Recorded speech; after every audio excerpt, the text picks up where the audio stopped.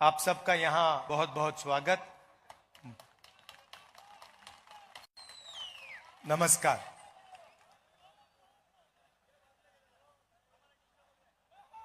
लड़ाई विचारधारा की लड़ाई है। एक तरफ बीजेपी, आरएसएस और दूसरी तरफ इंडिया गठबंधन। एक तरफ अंबेडकर जी का संविधान, एकता, समानता, मोहब्बत, रिस्पेक्ट, और दूसरी तरफ सामने से नहीं, छुपकर बीजेपी के लोग, आरएसएस के लोग इस संविधान को खत्म करना चाहते हैं।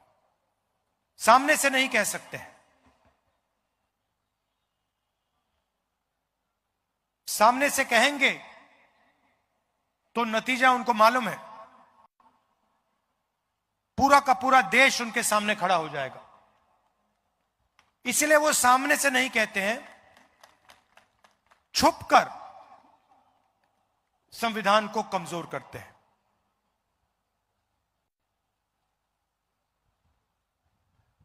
हिंदुस्तान के इंस्टीट्यूशंस हैं, संस्थाएं हैं, ब्यूरोक्रेसी है, शिक्षा का सिस्टम है, स्वास्थ्य का सिस्टम है। संविधान में कहीं नहीं लिखा कि एक पार्टी को, एक विचारधारा को अपने लोग हिंदुस्तान की हर संस्था में डालने हैं। यह इंडिया गठबंधन कभी नहीं करता है। आप देखिए, आज देश में यूनिवर्सिटीज के वाइस चांसलर्स की लिस्ट निकाली है। उस लिस्ट में आपको मेरिट नहीं दिखाई देगा। सिर्फ क्वालिफिकेशन सिर्फ आरएसएस की मेंबरशिप का है। वाइस चांसलर बनना है, आरएसएस की मेंबरशिप लीजिए। साइंस के बारे में, ज्योग्राफी के बारे में, हिस्ट्री के बारे में कुछ मालूम ना हो, कोई फर्क नहीं पड़ता। आरएसएस के हो, सीधा आपको उसमें जगह मिलेगी। और ये एक संस्था के साथ नहीं हो रहा है, ये हिंदुस्तान की सारी संस्थाओं के साथ, इंस्टीट्यूशंस के साथ हो रहा है।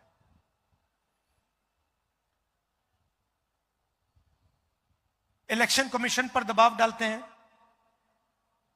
CBI, ED, income tax department का इस्तेमाल कर सरकार गिराते हैं। आप याद रखिए कि पिछली महाराष्ट्र की सरकार,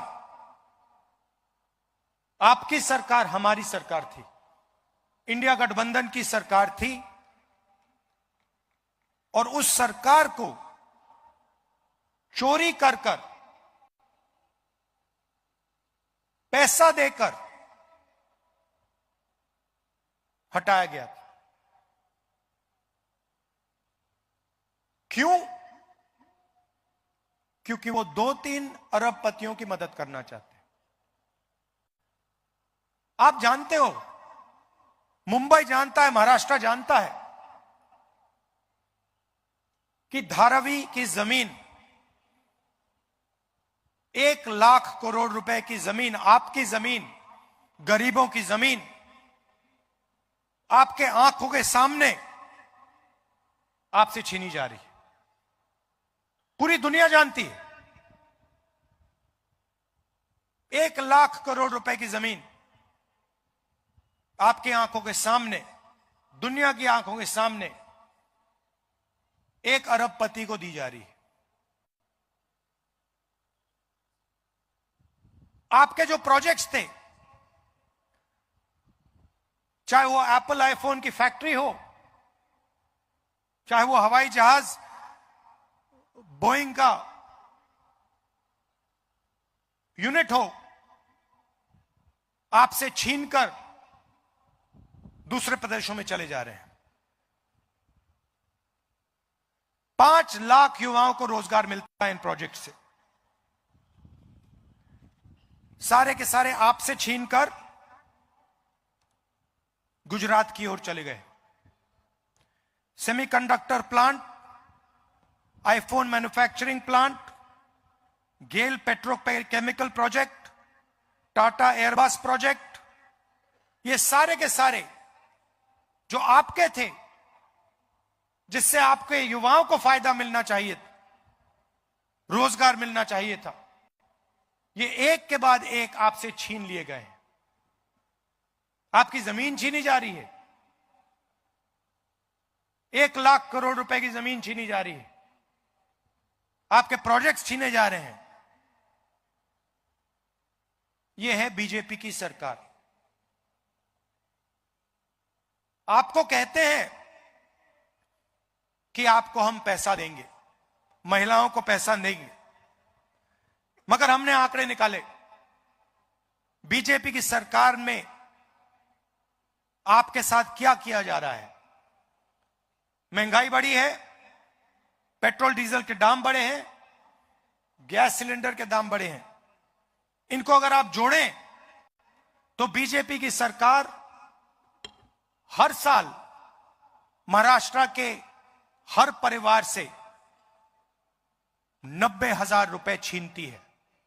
आपके जेब में से निकालते हैं और सीधा अदानी, अंबानी ऐसे लोगों की जेब में डालते हैं, और फिर आपसे कहते हैं हम आपको महिलाओं को 1,000 रुपए देंगे, 1,500 रुपए देंगे।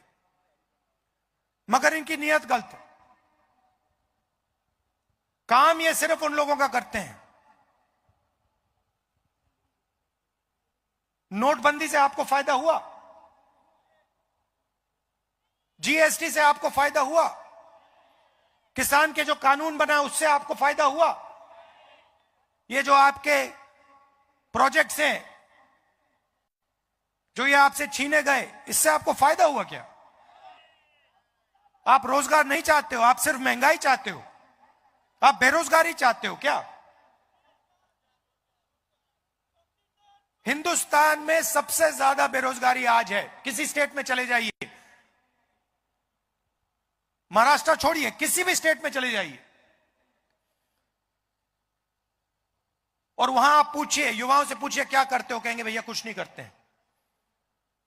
मोदी जी ने, बीजेपी की पॉलिसीज ने बेरोजगारी फैला दी है, रोजगार मिल ही नहीं सकता।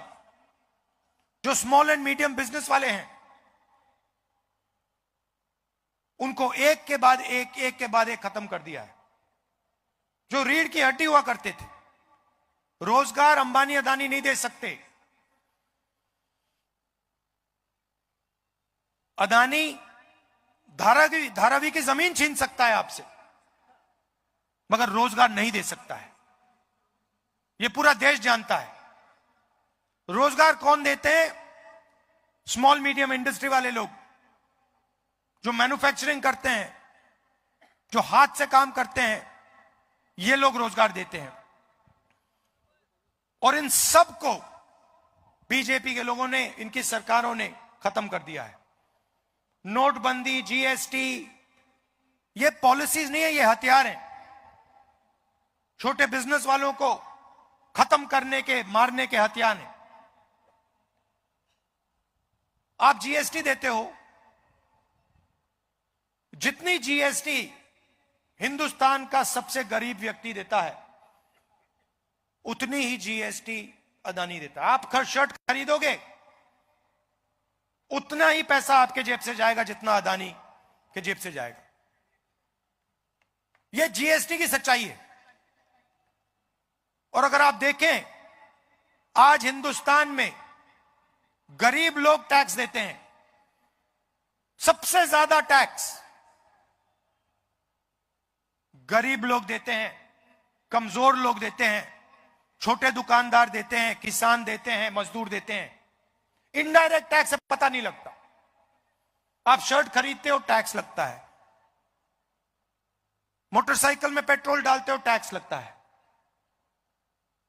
सब जगह इनडायरेक्ट टैक्स लगता रहता है आपके कंधों पे। ये सब बीजेपी की पॉलिसीज हैं।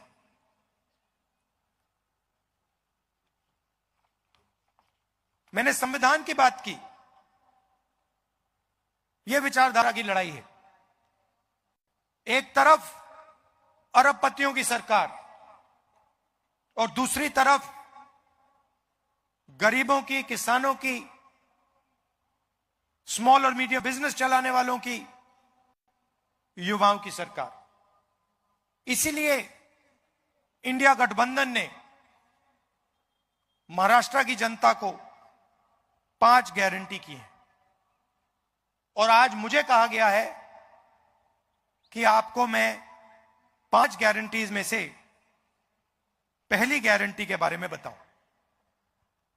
शरद पवार जी, उद्धव ठाकरे जी और खारगे जी आपको बाकी गारंटीज के बारे में बताएंगे, मगर मैं आपको महालक्ष्मी योजना 3,000 रुपए हर महिला के बैंक अकाउंट में हर महीने इंडिया गठबंधन की सरकार डालने जा रही है। हर महीने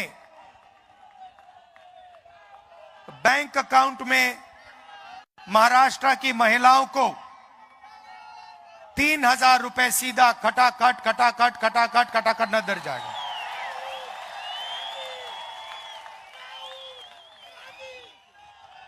और जब महाराष्ट्र की महिलाएं महाराष्ट्र में बस में कहीं जाएंगी तो उन्हें बस टिकट खरीदने के लिए 1 रुपया नहीं देना पड़ेगा, फ्री में जाएंगी। आप पूछोगे क्यों? क्योंकि जो चोट बीजेपी की सरकार ने आपको मारी है, महंगाई की चोट, गैस सिलेंडर की चोट, बेरोजगारी की चोट, सबसे ज्यादा दर्द महाराष्ट्र की महिलाओं को लगता है। इसीलिए हमारी पहली गारंटी महाराष्ट्र की महिलाओं के लिए बैंक अकाउंट में सीधा 3,000 रुपए हर महीने और फ्री बस ट्रैवल पूरे महाराष्ट्र में।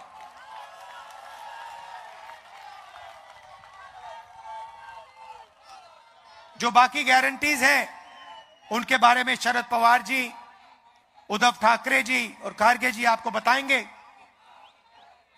थोड़ा सा मैं आपको जाति जनगणना के बारे में कहना चाहता हूं। आज नागपुर में हमने एक सम्मेलन किया, उसमें हमने जाति जनगणना की बात की। भाइयों और बहनों, हिंदुस्तान में 15% दलित आबादी है, 8% आदिवासी है। मगर आज तक किसी को नहीं मालूम कि इस देश में पिछड़े वर्ग के कितने लोग हैं। कोई कहता है 50 हैं, कोई कहता है 55% हैं, कोई कहता है 60% है, किसी को नहीं मालूम। और जब हम देखते हैं, हिंदुस्तान की संस्थाओं को देखते हैं, मीडिया को देखते हैं, कॉर्पोरेट इंडिया को देखते हैं,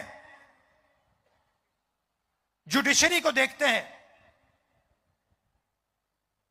इन सब संस्थाओं में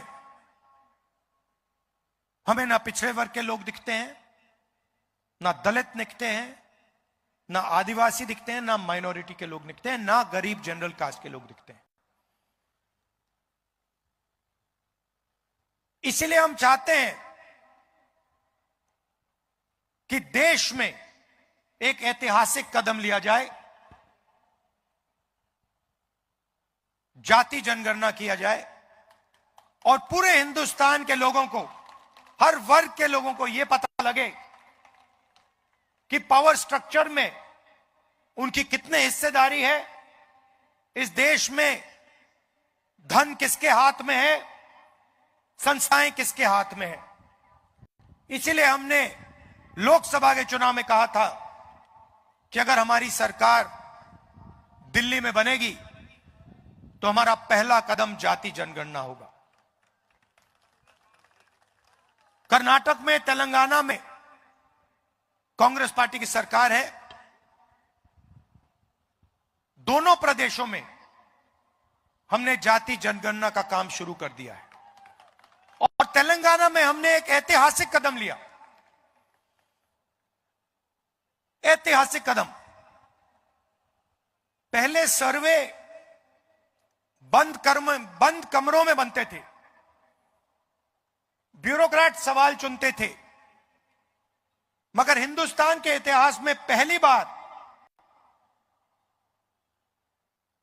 तेलंगाना में जो जाति जनगणना पर सवाल पूछे जाएंगे वो तेलंगाना की जनता ने चुने हैं। हमने पूरे स्टेट में मीटिंग्स करी और जनता से पूछा, दलितों से, आदिवासियों से, पिछड़े वर्ग के लोगों से, महिलाओं से, कि कौन से सवाल पूछे जाने चाहिए। आप क्या जानना चाहते हो हिंदुस्तान के पावर स्ट्रक्चर के बारे में, हिंदुस्तान के धन के बारे में, आपकी आबादी के बारे में। और जनता ने हमें सवाल दिए। महाराष्ट्र में भी जैसे ही हमारी सरकार आएगी हम जाति जनगणना का काम शुरू कर देंगे। और पार्लियामेंट में मैंने साफ कहा है, मोदी जी कुछ भी करें, जैसे ही इंडिया गठबंधन की सरकार दिल्ली में बनेगी वैसे ही जाति जनगणना होगा। और ये जो 50% की सीलिंग लगा रखी है, जो दीवार बना रखी है रिजर्वेशन की, इस दीवार को हम तोड़ देंगे। भाई और बहनों, विचारधारा की लड़ाई है। अगर ये संविधान खत्म हो गया तो हिंदुस्तान के गरीब लोगों के पास, दलितों के पास, आदिवासियों के पास, पिछड़ों के पास कुछ नहीं बचेगा। जो भी आज आपको मिला है,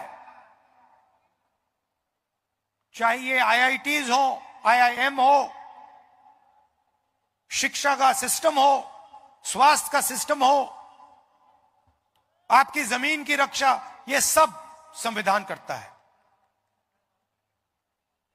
अगर आज अदानी जी पर थोड़ी सी रोक लगी हुई है